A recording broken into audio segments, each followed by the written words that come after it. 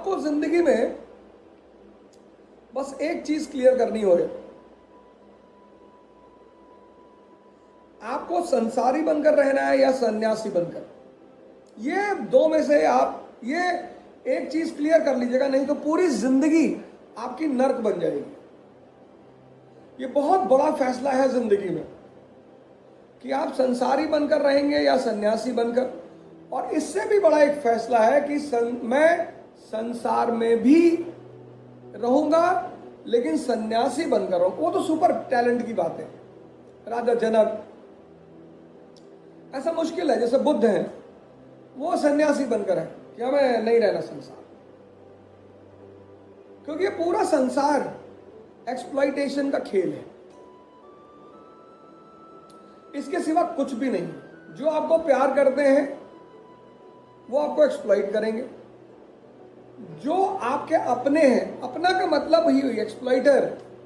हो सकता है आपको बुरा लग रहा हो, लेकिन जो भी गरीब हैं, भिखमंगे हैं, उनका कोई नहीं है दुनिया में, क्योंकि वो किसी के काम के नहीं है। हम भी किसी को दान करते हैं तो एक अहम के भाव से करते हैं कि उसको दान किया हमने। 99% पर इस धरती पर लोगों के परेशान होने का रीजन ये है कि वो क्लियर नहीं कर पा रहे हैं कि वो संसार में रहेंगे या संसार के बाहर रहेंगे। बुद्ध, महावीर छोड़ दिया संसार कि अगर ये एक्सप्लॉइटेशन का गेम है, हमें नहीं रहना, तो किसी ने उन्हें छेड़ा ही नहीं, किसी ने उन्हें गाली नहीं दी, किसी ने उनकी बुराई नहीं की। जिंदा रहे तो लोगों ने की, क्योंकि बड़ी बड़ी बातें कहते रहे। इससे धर्म के लोगों को बड़ा, जब भी कोई आदमी एनलाइटेंड होता है तो ये जो धार्मिक वर्ग है, धार्मिक पुरोहित, मौलाना, इसको बड़ा, ये बेसिकली बिजनेसमैन है।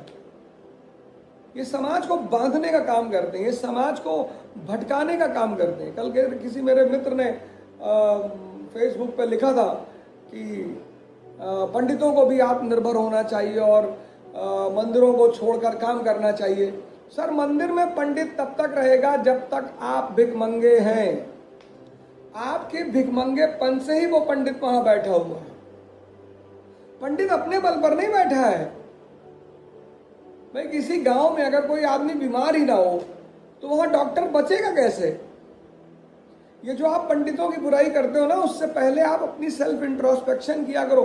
आप मंदिर जाते हो कि भगवान नौकरी लगवा दो, सबसे बड़े भिखमंगे तो आप ही हो।